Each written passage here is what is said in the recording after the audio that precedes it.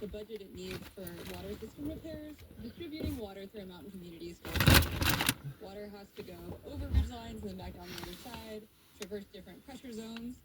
And then also, the only place to put water treatment plants in a lot of places is the floodplain. It was kind of cute. I was watching to see if the birds would come out. So they flooded out. One more time, what? It was kind of cute. I was watching to see if the birds came out, and they were all hanging out like underneath the snow. And then I kept looking, and then they just pop up, and all of a sudden there was like a bunch of them. I'm like, oh wow, they were all hiding.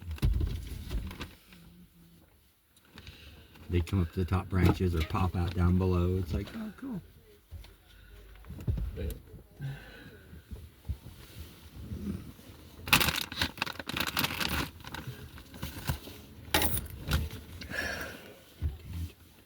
This is a backpack.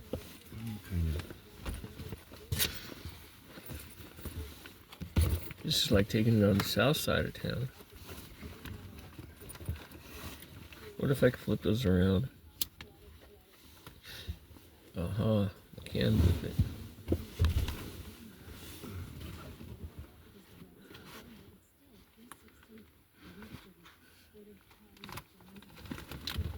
Every time they need emptying, which is a lot. And these are in towns that we understand a lot of the industry has moved out. Tourism has come in, but that's not an even trade because industry might keep water and sewer systems running, whereas, you know, restaurants, bless them, but they're using more water. Right, no, in some towns like Canton, North Carolina, which wasn't as hard hit from the floods this time, but like their paper mill just left, and that paper mill paid for the sewer system in that town, and that is the case in a lot of towns, where they have to scramble to figure out how to fill that need. Well, and so talk about some of the things that, you know, people have to think about now. This is your purse over here. God forbid there's a fire. Exactly.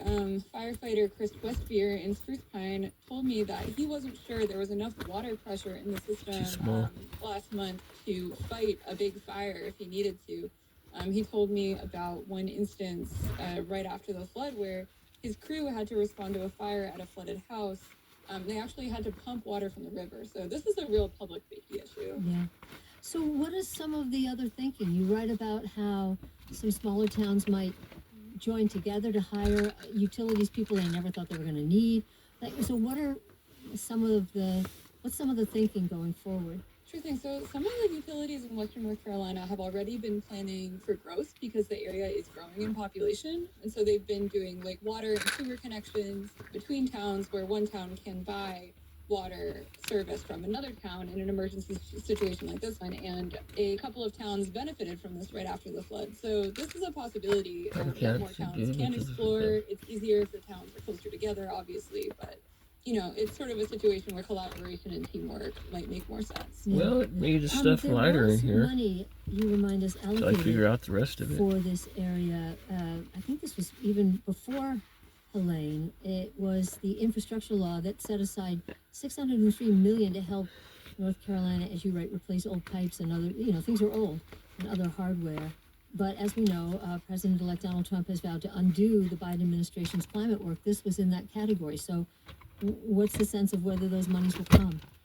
So, I mean, some of that money has already been allocated. I think the Biden administration is rushing to get more out the door. The administration did see, you know, in general, even with or without climate crisis, this country's water pipes are very old. A lot of them were laid in the 60s and 70s. They're getting to the point where they need replacement. But now, of course, we don't know what will happen. Well, you speak to a professor at North Carolina State University. This is Francis de los Reyes, who said, you know, people need to move the water infrastructure or maybe move the town, and that's happening in eastern Kentucky. Absolutely. I mean, this is a real question of mountain communities in Appalachia that are prone to landslides and flash flooding because the place that has been cheap to build is the floodplain. And these are areas that, once again, even without climate disaster, flood from time to time and are now going to flood more frequently. So if you build exactly where things were built before, whether it's homes or water treatment plants, you just might see yourself in the same situation another time. And so that's why the town of Spruce Pine is working with FEMA to get hazard mitigation funding to move its water treatment plant out of the floodplain once it does fix that plant. Yeah. Katie Myers, climate reporter focusing on the Appalachian region for our editorial partners at Grist and Blue Ridge Public Radio. Katie, we've said it before, we wish you the best there. Thank you so much. And to give you an idea of what's happening there, World Central Kitchen is still serving meals in some far-flung remote towns. We wish them all well, tomorrow especially. It's here now.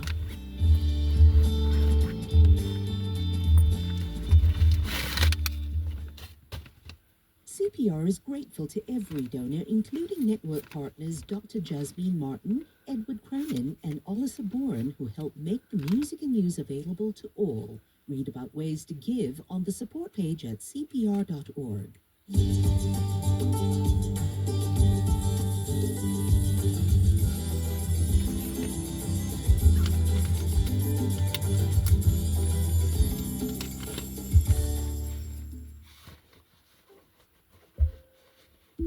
Writer Rachel Cohen had decided that volunteering her time wasn't really worth her time. It wasn't going to make a big difference on the things I cared about. It wasn't going to move the needle. So I just stopped doing it. But then she changed her mind, and then that changed her life on the next Today Explained. Join us for Today Explained from 12:30 to 1 on CPR News and This person KRCC. isn't gonna last very long. Just nothing fits in it, right? Your voluntary CPR membership ensures statewide access to thorough and trusted local reporting. Thank you for being our partner in making this kind of radio happen for the Colorado community each and every day. More new music, more Colorado music, more music, period. Discover music at Indie 1023.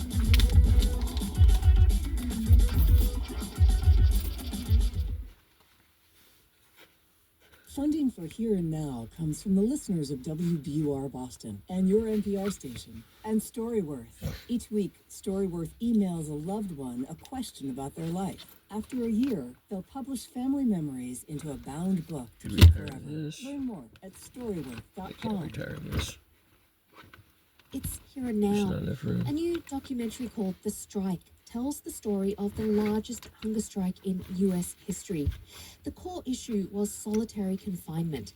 Some men in solitary at California's Pelican Bay State Prison had been there for decades with no end in sight. My name is Paul Red. I spent 25 years in Pelican Bay in solitary confinement.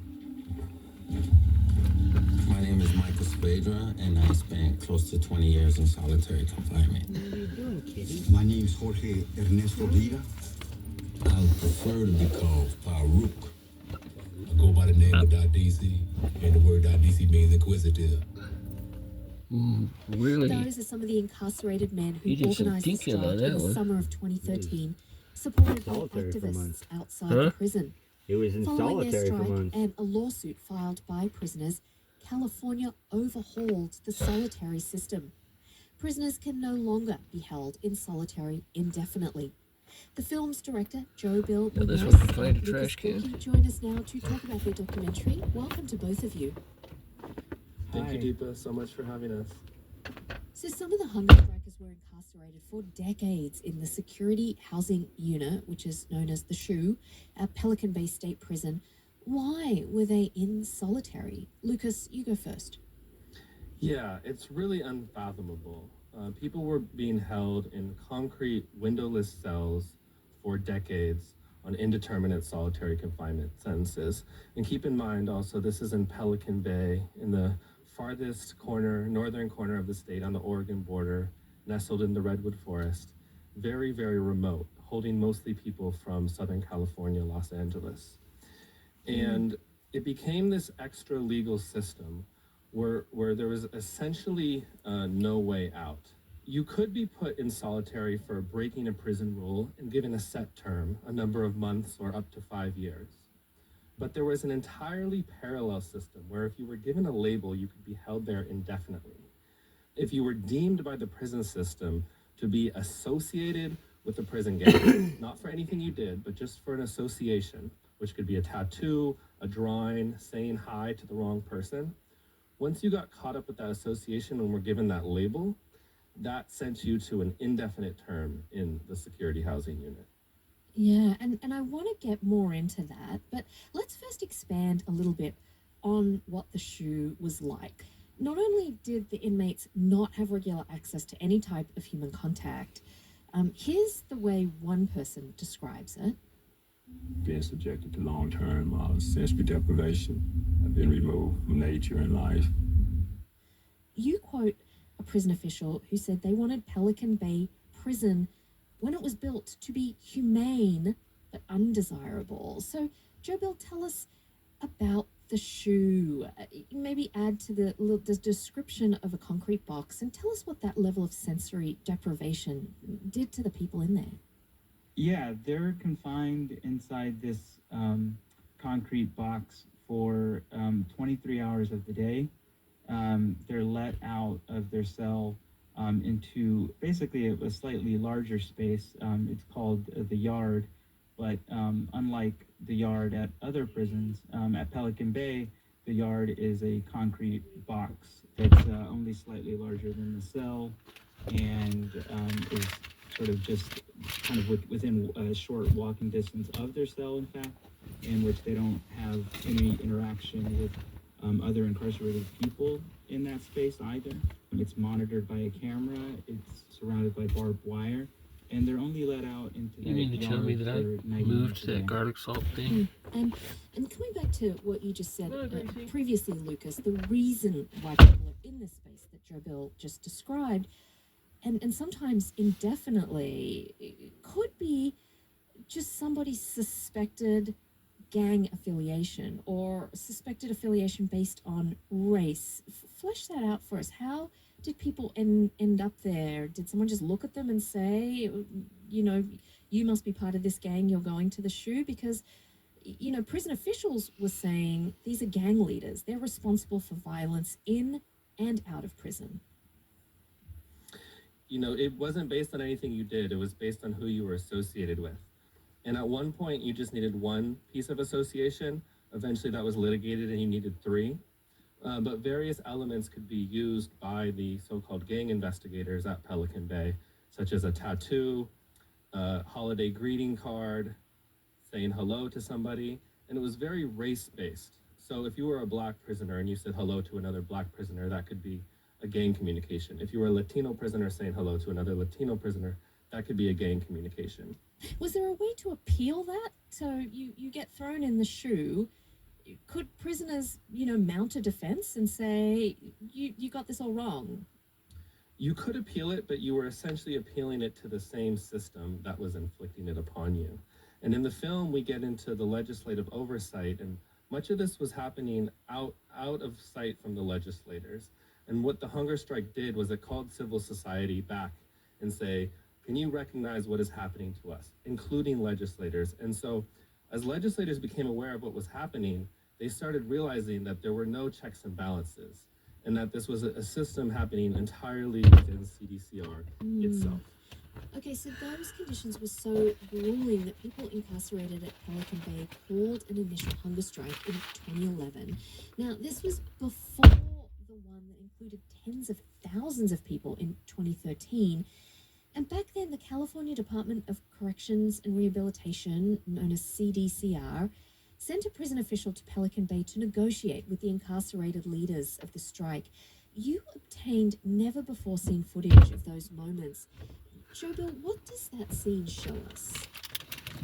Yeah, this is a confidential video that we received that was taken during the kind of height of the first protest that's depicted in the film, the first hunger strike. And it's this clash. Well, what's the first thing I do when I take my purse out of the car? And the second in command of California's prison system. What's the first thing I do when I take my purse out of the car? Trying to find throw it in the shopping cart, right? The hunger strike, trying to negotiate, and it's not going to matter in the shopping cart. It's a really interesting kind of power struggle between these two different kind of poles of power. What is this actually? Garlic salt. Has been powerless for decades in solitary confinement until this moment.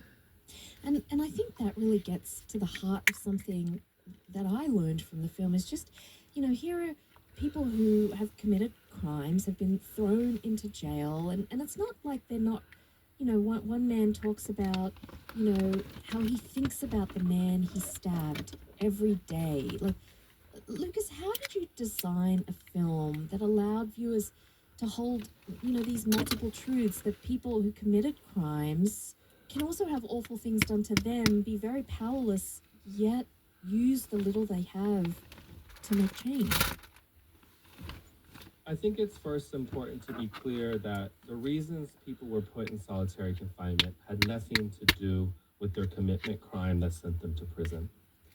And then beyond that, we wanted to tell the story from the inside, from those who lived it, because we believe this is an important human rights issue, a human rights story set here in California that is still not well known.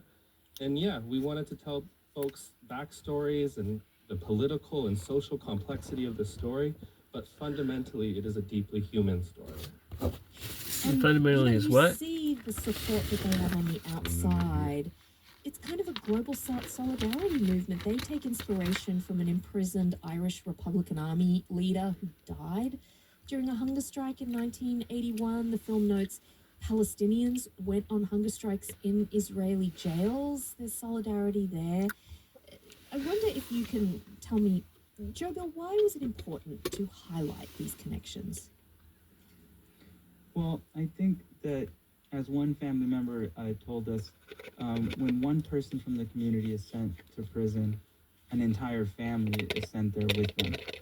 And, you know, what we learned in making this film is just how important those familial community ties are to a person's survival. I mean, when you hear that someone has been in solitary confinement for decades of their lives, and you ask, how did they survive that?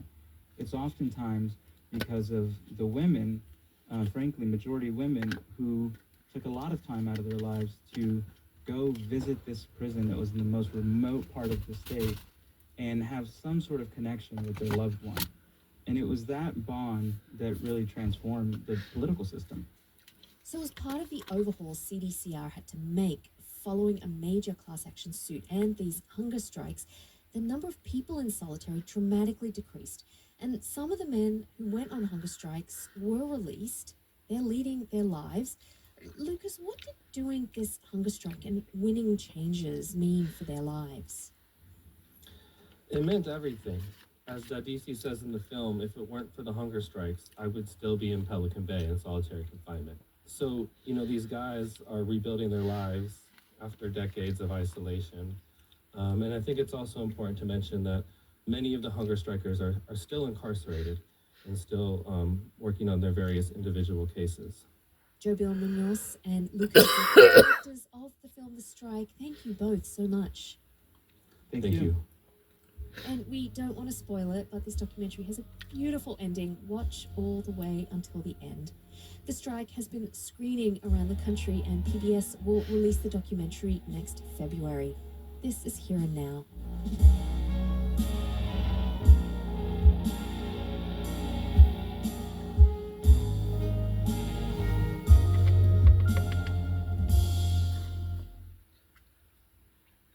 Live from NPR News in Boston, I'm Steve Brown. The ceasefire between Israel and the Lebanese militant group Hezbollah appears to be holding. Residents in cars heaped with belongings stream back towards southern Lebanon. Many are ignoring warnings from Israeli and Lebanese troops that they stay away as Israeli forces are set to gradually withdraw in the coming weeks. If it holds, the ceasefire would bring an end to nearly 14 months of fighting between Israel and Hezbollah. While some Lebanese were celebrating the deal today, some in Israel were concerned that it didn't go far enough. The deal does not address the ongoing war in Gaza. 3 American citizens imprisoned for years by China have been released. That word comes from the White House, and it's a diplomatic agreement with Beijing in the final months of the Biden administration. The 3 had been designated by the U.S. government as wrongfully detained. One had been facing a death sentence on drug charges, while the others were imprisoned. A death sentence on drug charges? Yeah, that's what they do in China. Huh? That's how they do it in China. Oh, China. I was going to say, how do you do that? Over the past 2 years, they stalled. According to the Federal Reserve's preferred inflation gauge, consumer prices rose 2.3% in October from a year earlier. That's up from 2.1% in September. You're listening to Here and Now. Well, maybe on the way back we won't get skunked on the mail. Rachel Cohen had decided that volunteering her time wasn't really worth Probably her should go. time. I'm 32 years old, and Getting tired. I'd say really since I was Okay, in I'm ready like when high you are. school, junior, senior year, I started to see volunteering as kind of pointless. It wasn't gonna make a big difference on the things I cared about. It wasn't gonna move the needle, so I just stopped doing it. But then she changed her mind. And then that changed her life. That could be a fun one. Where are my keys? Hi, it's Rachel with We Are Family. Here you go, diaper. I have groceries and produce. Ahead on Today Explained, you will need something good in 2025. And we have an idea for you. That's tighter. I got it.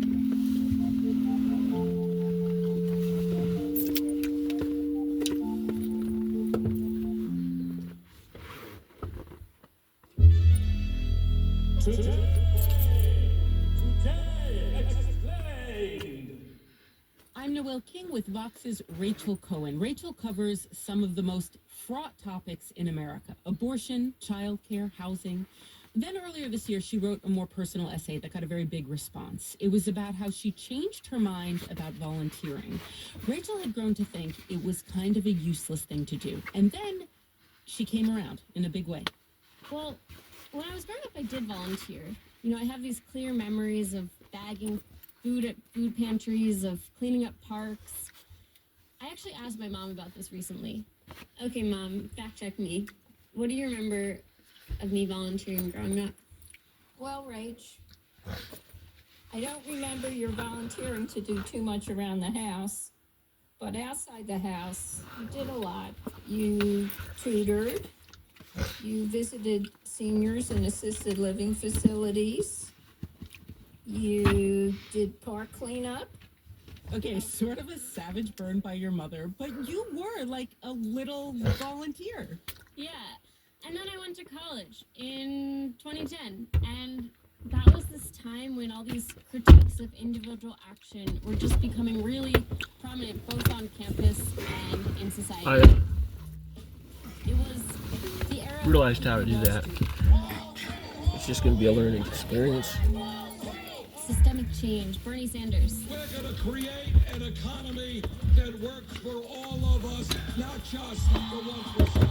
And I was reading climate change just wasn't going to get solved by whether you recycled enough. And I really believed it. You can't do anything as an individual. And in fact, that very idea that we as atomized individuals, even groups of atomized individuals, could play a significant part in stabilizing the planet's climate system is objectively nuts. And it wasn't just that I felt that powder doing had some the little whole stuff new wasn't flavor gonna be to it. helpful, but it was that actually it might be harmful, and that donating to charity or volunteering Well, it's your time lighter. with these You can smaller tell you things, did it. changing your diet, or focusing on your shopping bag material, like that was a real distraction from the important work that we needed to be doing to upend the system and change things. And I think we saw also after 2020 there was this really big national focus on systemic change and structural problems, and all of this I think really compounded to having people just become more skeptical, cynical, doubtful about the value of volunteering. Was it just you that stopped volunteering when you were hearing those messages? No, and I mean, if you think about who really resonated with the Bernie Sanders campaign and a lot of these ideas and climate activism, it was young people. It was my generation, and it's continued to follow with Gen Z. Volunteering is complicated to study, but we know it's been falling off, even with the rise of all these virtual opportunities that really exploded in the pandemic. Just as one stat, just 20% of Gen Z volunteered per AmeriCorps data compared to almost 30% of Gen X. And there's actually this newish group called the Generosity Commission that formed a few years ago. The Giving Institute launched the Generosity Commission in 2021 to understand what generosity looks like today and how to respond to declines in giving to and volunteering with nonprofits. Jane Wales, the Vice President of Philanthropy and Society at the Aspen Institute, she served as the co-chair of this commission. Most of my life, I've been either running a nonprofit, serving in government, or volunteering.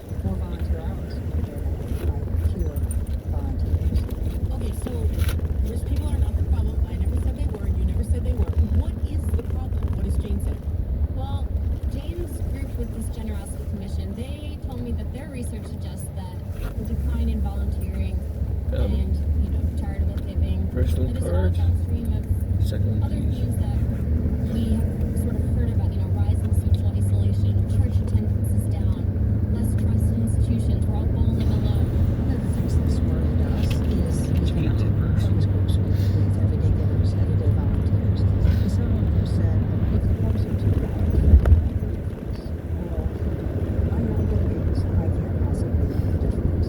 It's important to feel you can make a difference in a democracy so that you do engagement. We're dependent on each other to be involved. All right, so Jane is speaking directly to someone like you, someone who said it isn't worth it. What made you change your mind? Well, I got that reader question about a year ago, and it made me think, am I making the world a better place by not doing this stuff? Am I happier by not doing this stuff? I'm busy, but I'm not that busy. I always